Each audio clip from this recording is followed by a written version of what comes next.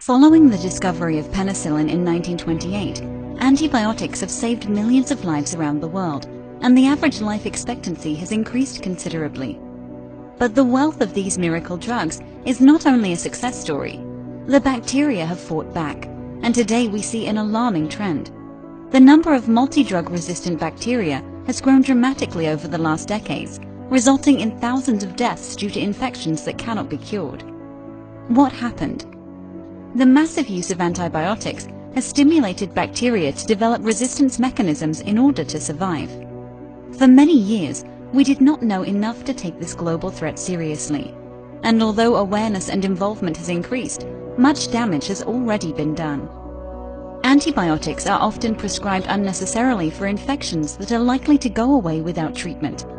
In many countries, antibiotics are also sold over the counter without a prescription from the doctor.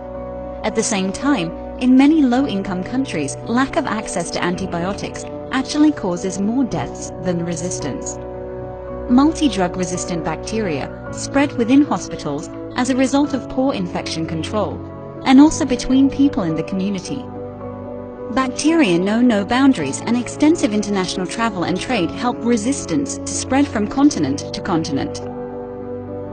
Antibiotic resistance does not only affect humans, but also the health of animals and the environment. It is all connected.